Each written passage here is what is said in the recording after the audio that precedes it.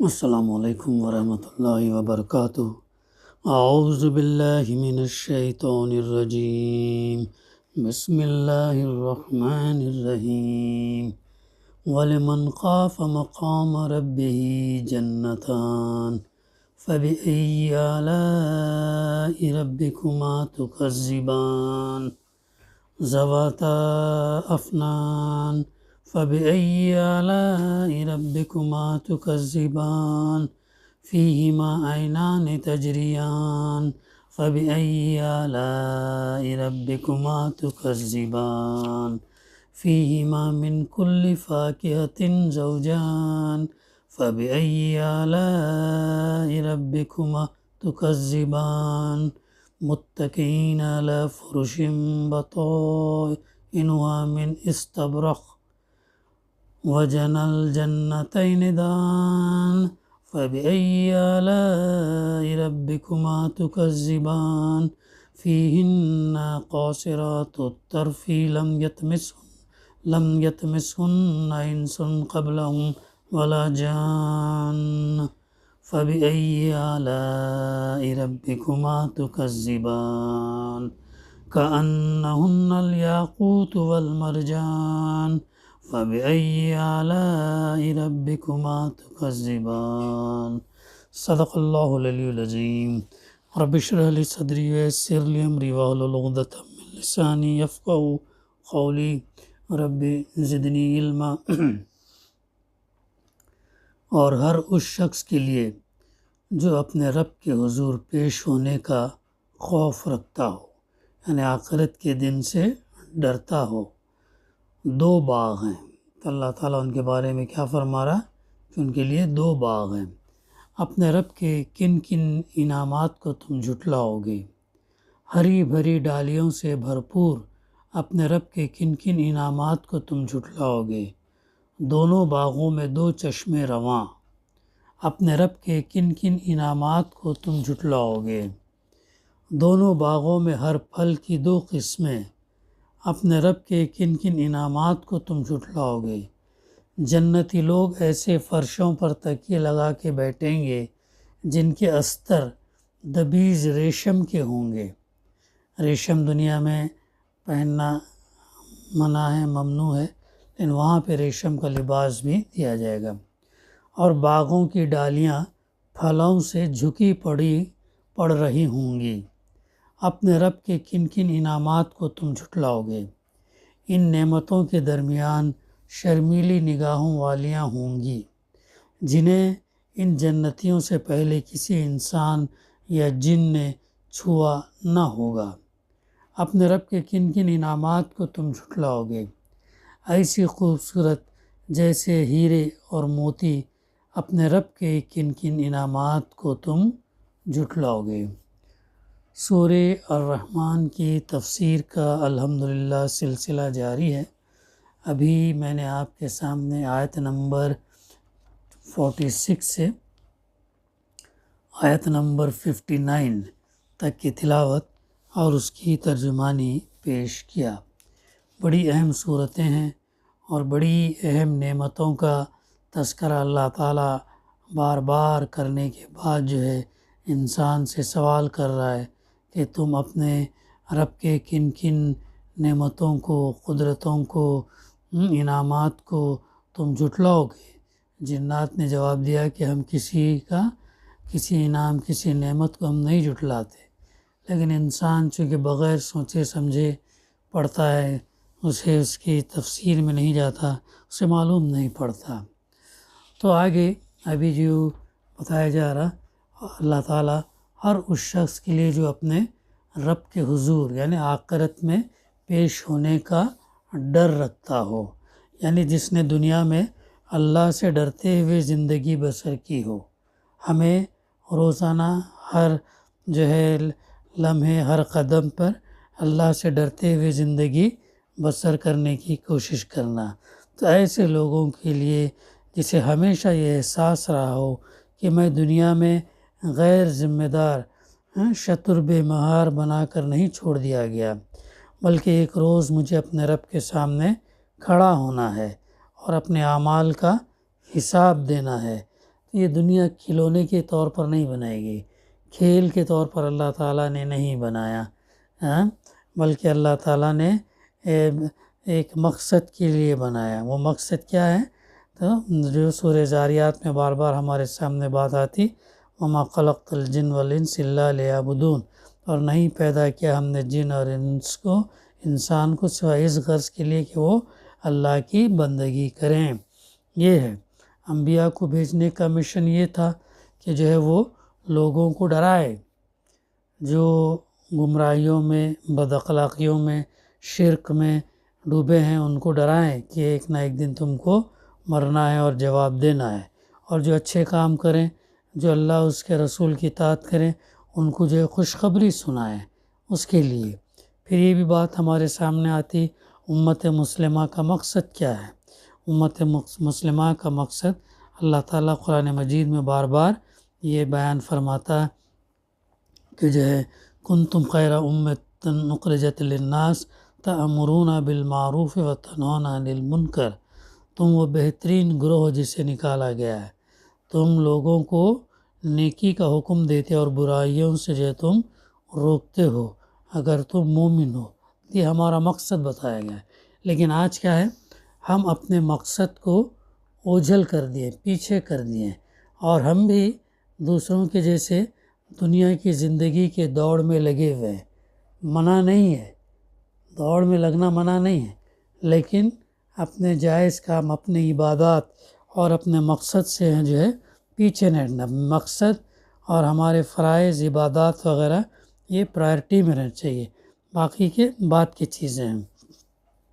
ایسا ہے۔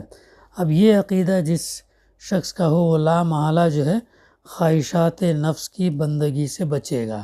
ظاہر ہے جب وہ جانتا ہے کہ مجھے اپنے خواہش نفس کے مطابق زندگی نہیں گزارنا، بلکہ اللہ اور اس کے رسول کے بتائے طریقے پر زندگی گزارنا ہے، تو پھر یہ جو ہے خواہشات نفس کی بندگی سے بچے گا، اندھا دھند ہر راستے پر نہ چل کھڑا ہوگا، حق اور باطل، ظلم اور انصاف، پاک اور ناپاک اور حلال اور حرام میں تمیز کرے گا، اور جان بوجھ کر اللہ کے احکام کی پیروی سے منہ نہ موڑے گا۔ یہی اس جزا کی اصل علت ہے جو آگے بیان کی جا رہی ہے۔ تو اب اس کے لیے کیا انعام ہے؟ اللہ تعالیٰ جنتان کہہ رہا ہے، دو باغ اللہ تعالیٰ کہہ رہا ہے۔ جنت کے اصل معنی کیا ہیں؟ باغ کے ہیں، گارڈن ہیں۔ قرآن مجید میں کہیں تو اس پورے عالم کو جس میں نیک لوگ رکھے جائیں گے جنت کہا گیا، گویا کہ وہ پورا کا پورا ایک باغ ہے، اور کہیں فرمایا گیا ان کے لیے جنتیں ہیں جن کے نیچے نہریں بہتی ہوں گی۔ اس کے معنی یہ ہے کہ اس بڑے باغ میں بے شمار باغات ہوں گے، اور یہاں تعین کے ساتھ ارشاد ہوا ہے کہ ہر نیک شخص کو اس بڑی جنت میں دو دو جنتیں دی جائیں گی جو اسی کے لیے مخصوص ہوں گی، جن میں اس کے اپنے محلات ہوں گے، جن میں وہ اپنے متعلقین اور خدام کے ساتھ شاہانہ ٹھاٹ باٹ کے ساتھ جو ہے رہے گا، جن میں اس کے لیے وہ کچھ سر و سامان فراہم ہوگا جس کا ذکر جو ہے آگے آ رہا ہے۔ تو پھر اب یہ دو باغ ہر جنتی کو جو ہے دیا جائے گا۔ اس کے بعد اللہ تعالیٰ فرماتا فَبِأَيِّ آلَاءِ رَبِّكُمَا تُكَذِّبَانِ، اپنے رب کے کن کن انعامات کو جو ہے تم جھٹلاؤ گے۔ اب یہاں سے آخر تک جو ہے تفسیر ہے۔ اعلیٰ کا لفظ نعمتوں کے معنی میں بھی استعمال ہوا اور قدرتوں کے معنی میں بھی استعمال ہوا، اور ایک پہلو اس میں صفات حمیدہ کا بھی ہے۔ اگر پہلے معنی لیے جائیں تو اس سلسلے بیان میں اس فقرے کو بار بار دہرانے کا مطلب یہ ہوگا کہ تم جھٹلانا چاہتے ہو تو جھٹلاتے رہو، خدا ترس لوگوں کو تو ان کے رب کی طرف سے یہ نعمتیں ضرور مل کر رہیں گے۔ جو لوگ اللہ سے ڈرنے والے ہیں، اللہ تعالیٰ جو ہے ان کو جنت ضرور دے گا۔ وہ ہمارا ایمان، ہمارا توکل اللہ پر جو مضبوط رہنا چاہیے ہم کو، یعنی تو اجر آخرت میں ضرور مل کر رہے گا۔ دوسرے معنی لیے جائیں تو اس کا مطلب یہ ہوگا کہ تمہارے نزدیک اللہ کا جنت بنانے پر قادر ہونا اور اس میں یہ نعمتیں اپنے نیک بندوں کو عطا کرنا غیر ممکن ہے تو ہوتا رہے، اللہ یقیناً اس کی قدرت رکھتا ہے اور وہ یہ کام کر کے رہے گا۔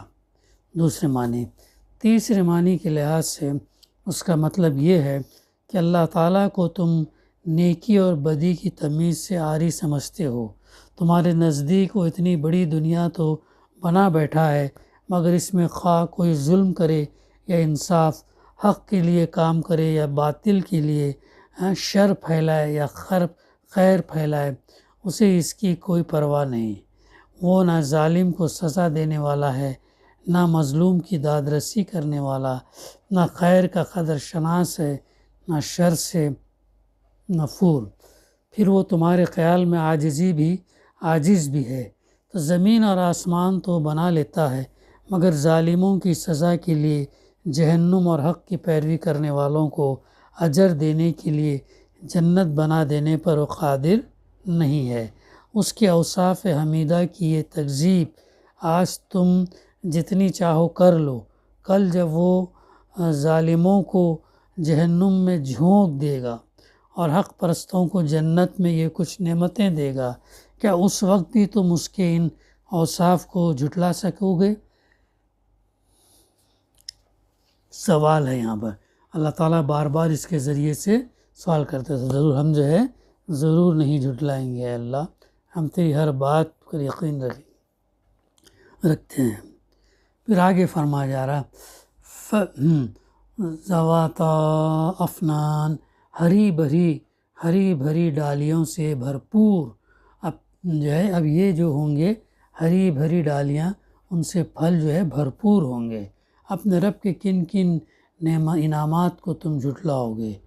دونوں باغوں میں 2 چشمے رواں ہوں گے، جو ہر انسان کو اللہ تعالیٰ 2 باغ جو دے رہا ہے، اس کے اندر 2 چشمے رواں ہوں گے۔ اپنے رب کے کن کن انعامات کو جو ہے تم جھٹلاؤ گے؟ دونوں باغوں میں ہر پھل کی 2 قسمیں ہوں گی۔ دونوں باغوں میں ہر پھل کی کیا ہے؟ 2 قسمیں ہوں گی۔ اس کا ایک مطلب یہ ہو سکتا کہ دونوں باغوں کے پھلوں کی شان نرالی ہوگی۔ ایک باغ میں جائے گا تو ایک شان کے پھل اس کی ڈالیوں میں لدے ہوئے ہوں گے، دوسرے باغ میں جائے گا تو اس کے پھلوں کی شان کچھ اور ہی ہوگی۔ دوسرا مطلب یہ بھی ہو سکتا کہ ان میں سے ہر باغ میں ایک قسم کے پھل معروف ہوں گے جن سے وہ دنیا میں بھی آشنا تھا، خواہ مزے میں وہ دنیا کے پھلوں سے کتنے ہی فائق ہوں، اور دوسری قسم کے پھل نادر ہوں گے جو دنیا میں کبھی اس کے خواب و خیال میں بھی نہ آئے تھے۔ اب وہاں پہ بھی جو پھل ملیں گے، آم، سنترا، انناس، جو بھی کیلا، جو بھی ملیں گے کریں گے، یہاں کے جیسے ملتے جلتے ہوں گے، لیکن ان کی کوالٹی بہت عمدہ ہوگی۔ وہ ہائیبرڈ کے نہیں ہوں گے، پیور ہوں گے، اور وہ جو ہے مزے میں اور طاقت میں جو ہے وہ زیادہ یہاں کے مقابلے میں جو ہے اچھے ہوں گے۔ تو اللہ تعالیٰ یہ ان جنت میں لوگوں کو عطا کرے گا۔ جنت میں بار بار اللہ تعالیٰ نے کیا کیا ملنے والا ہے اس کا تذکرہ کیا ہے۔ سورہ غاشیہ میں بھی ہمارے مطالعے میں بات ہے، اب یہاں پر بھی اللہ تعالیٰ جنت میں کیا کیا ملنے والا ہے وہ بتا رہا ہے، اور پھر اس کے بعد سوال کر رہا ہے فَبِأَيِّ آلَاءِ رَبِّكُمَا تُكَذِّبَانِ، اپنے رب کے کن کن انعامات کو جو ہے تم جھٹلاؤ گے۔ مُتَّكِئِينَ عَلَى فُرُشٍ بَطَائِنُهَا مِنْ اسْتَبْرَقٍ، جنتی لوگ ایسے فرشوں پر تکیے لگا کے بیٹھیں گے۔ آج ہم دنیا میں جو ہے گھروں میں تکیے لگا کر بیٹھے ہیں، تو وہاں جنت میں کیا ہوگا؟ جنت میں ایسے فرش ہوں گے، آج فرش کے اوپر جو ہے کوئی چٹائی بچھا رہا، کوئی کارپیٹ بچھا رہا، کوئی رگ ڈال رہا، کیا کیا کر رہا، لیکن وہاں پہ ایسے فرش ہوں گے، بہترین فرش ہوں گے۔ قوم ملکہ سبا کا فرش کے بارے میں آتا نا کہ اتنا زبردست فرش تھا وہ کہ خود ملکہ سبا جب اپنے فرش پر جو ہے پیر رکھنے گئی تو ایک تو وہ ایسا لگ رہا تھا جیسے وہ پانی ہے، لیکن فرش اتنا صاف شفاف تھا کہ وہ اپنے پینچوں کو جو اٹھا کر رکھنے کی، حالانکہ اس کی ضرورت نہیں تھی، فرش اتنا مرر والا تھا، اتنا آئینے کے مانند اور پانی جیسا تھا۔ تو ظاہر ہے جنت میں کیسا ہوگا؟ تو یہ چیز ہے، تو کچھ اور ہی ہوگی۔ دوسرا مطلب یہ بھی ہو سکتا کہ ان میں سے ہاں یہ بات ہو گئی۔ اب آگے جن کے استر دبیز ریشم کے ہوں گے، یعنی جب ان کے استر اس شان کے ہوں گے کہ تو اندازہ کر لو کہ ابر کے کس شان کے ہوں گے، یعنی وہ کیسا ریشم ہوں گا، کتنا دبیز ہوں گا، کتنا بہترین ہوگا۔ دنیا میں مرد کو ریشم کے کپڑے پہننا کیا ہے؟ حرام ہے، ممنوع ہے، منع ہے، لیکن جنت میں وہ دیا جائے گا ان کو، ایسا ہے۔ اور باغوں کی ڈالیاں پھلوں سے جھکی پڑ رہی ہوں گی۔ یہاں سیزن میں ایک دفعہ پھل آتا ہے، لیکن وہاں پہ راؤنڈ دا ایئر جتنا ہم رہیں گے، جو پھل ہم چاہیں گے، جتنا آم چاہیں گے، جتنا سیتافل، جتنا جو پھل چاہیں گے اس کے ڈالیاں آ جائیں گے، اور ڈالیوں پر وہ پھل لدے ہوئے ہیں، بھرے ہوئے ہوں گے۔ ایسا نہیں کہ ادھر ادھر، بلکہ جتنا چاہو اتنا وہاں پر کھا سکتے۔ یہ ہے وہ جنت۔ اس کے لیے ہمیں یہاں پر محنت کرنا ہے، خیر کے کام کرنا ہے، برائیوں سے بچنا ہے، فرائض کی ادائیگی کرنا ہے، مشکلات میں صبر کرنا ہے، تکلیف میں، بیماری میں صبر استقامت سے کام لینا ہے، اللہ پر توکل کرنا، اللہ پر بھروسہ کرنا، صحیح راستے پر چلنا، صحیح راستے سے نہیں ہٹنا۔ تو یہ ان کے لیے انعامات ہیں۔ یہ اتنی بھاری جنت ایسا ہی نہیں دے دے گا اللہ تعالیٰ، ٹیسٹ کرے گا، آزمائے گا، جو لوگ ہیں انہیں کو جو ہے وہ دے گا۔ آگے فرمایا جا رہا ہے اپنے رب کے کن کن انعامات کو تم جھٹلاؤ گے، کن کن چیزوں کو تم جھٹلاؤ گے۔ ان نعمتوں کے درمیان شرمیلی نگاہوں والیاں ہوں گی، یعنی یہ عورت کی اصل خوبی ہے، بتایا گیا کہ وہ بے شرم اور بے باک نہ ہو، بلکہ نظر میں حیا رکھتی ہو، شرم رکھتی ہو۔ اسی لیے اللہ تعالیٰ نے جنت کی نعمتوں کے درمیان عورتوں کا ذکر کرتے ہوئے سب سے پہلے ان کے حسن اور جمال کی نہیں، بلکہ ان کی حیاداری اور عفت مابی کی تعریف فرمائی۔ خوبصورتی کی تعریف نہیں کیا اللہ تعالیٰ نے، ان کے حسن جمال کی تعریف نہیں کیا، بلکہ ان کی حیاداری، کتنے جو شرمسار رہیں گے، وہ کتنے شرمیلی رہیں گے۔ ایسے حسین عورتیں تو مخلوط کلبوں کے اندر، فلمی نگار خانوں میں بھی جمع ہو جاتی ہیں۔ خوب سے پیسہ مل رہا ہے تو جو ہے وہ جہاں بولے وہاں چلی جاتی ہیں، اور فلمی نگار خانوں میں بھی جمع ہو جاتی، اور حسن کے مقابلوں میں تو چھانٹ کر ایک سے ایک حسین عورت لائی جاتی ہے، مگر صرف ایک بدذوق اور بدقویرہ آدمی ان سے دلچسپی لے سکتا۔ کسی شریف آدمی کو وہ حسین اپیل نہیں کر سکتا جو ہر بد نظر کو دعوت نظارہ دے اور ہر آغوش کی زینت بننے کے لیے تیار ہو۔ یہ ایسے نہیں رہیں گے۔ وہاں پر جو اللہ تعالیٰ جو ان کا تذکرہ کر رہا ہے، شرمیلی نگاہوں والیاں ہوں گی، حیادار ہوں گی، اور اس کے ساتھ خوبصورتی حسن تو لگا ہی ہوگا، دنیا کے جیسے نہیں جو خوبصورت اور حسن لیکن حیا ان کے اندر نہیں رہتی، ایسے نہیں، جنہیں ان جنتیوں سے پہلے کسی انسان یا جن نے چھوا نہ ہوگا۔ اس کا مطلب یہ ہے کہ دنیا کی زندگی میں خواہ کوئی عورت کنواری مر گئی ہو، یا کسی کی بیوی رہ چکی ہو، جوان مری ہو، یا بوڑھی ہو کر دنیا سے رخصت ہوئی ہو، آخرت میں جب یہ سب نیک خواتین جنت میں داخل ہوں گی تو جوان اور کنواری بنا دی جائیں گی، اور وہاں ان میں سے جس خاتون کو بھی کسی نیک مرد کی رفیق حیات بنایا جائے گا، جو ہے وہ جنت میں اپنے اس شوہر سے پہلے کسی کی تصرف میں آئی ہوئی نہ ہوگی۔ اس آیت سے ایک بات یہ بھی معلوم ہوئی کہ جنت میں نیک انسانوں کی طرح نیک جن بھی داخل ہوں گے، اور وہاں جس طرح انسان مردوں کے لیے انسان عورتیں ہوں گی، اسی طرح جن مردوں کے لیے جن عورتیں بھی ہوں گی۔ دونوں کی رفاقت کے لیے انہی کے ہم جنس جوڑے ہوں گے۔ ایسا نہ ہوگا کہ ان کا جوڑ کسی ناجنس کسی ناجنس مخلوق سے لگا دیا جائے جس سے وہ فطرتاً مانوس نہیں ہو سکتے۔ آیت کے الفاظ کہ ان سے پہلے کسی انسان یا جن نے ان کو نہ چھوا ہوگا اس معنی میں نہیں ہے کہ وہاں عورتیں صرف انسان ہوں گی اور ان کو ان کے شوہروں سے پہلے کسی انسان یا جن نے نہ چھوا ہوگا، بلکہ ان کا اصل مطلب یہ ہے کہ وہاں جن اور انسان دونوں جنسوں کی عورتیں ہوں گی، سب حیادار اور اچھوتی ہوں گی۔ نہ کسی جن عورت کو اس کے جنتی شوہر سے پہلے کسی جن مرد نے ہاتھ لگایا ہوگا، اور نہ کسی انسان عورت کو اس کے جنتی شوہر سے پہلے کسی انسان مرد نے ملوث کیا ہوگا۔ یہ ہے اس کی تفسیر اس آیت کے اندر۔ پھر آگے اللہ تعالیٰ فرماتا فَبِأَيِّ آلَاءِ رَبِّكُمَا تُكَذِّبَانِ، اپنے رب کے کن کن انعامات کو جو ہے تم جھٹلاؤ گے۔ كَأَنَّهُنَّ الْيَاقُوتُ وَالْمَرْجَانُ فَبِأَيِّ آلَاءِ رَبِّكُمَا تُكَذِّبَانِ، ایسی خوبصورت جیسے ہیرے اور موتی اپنے رب کے کن کن انعامات کو تم جھٹلاؤ گے۔ یہاں پر اللہ سبحانہ وتعالیٰ جو ہے ان کی تعریف بیان کر رہا، کتنی خوبصورت ہوں گی جیسے ہیرے اور موتی کے مانند۔ پھر اس کے بعد دوبارہ انسان کو یاد دلا رہا کہ اپنے رب کے کن کن انعامات کو تم جھٹلاؤ گے۔ اگر ہمیں وہ واقعہ اگر یاد ہے فرعون کا، جب موسیٰ علیہ السلام سے جادوگروں کا کیا ہوا تھا، مقابلہ ہوا تھا، یاد ہے؟ تو جادوگروں نے اس سے پہلے فرعون سے کیا کہا، ہم مقابلے میں تو آئے ہیں لیکن ہم کو مقابلے میں ہمارا انعام کیا ہوگا، ہم کو کیا انعام دیا جائے گا؟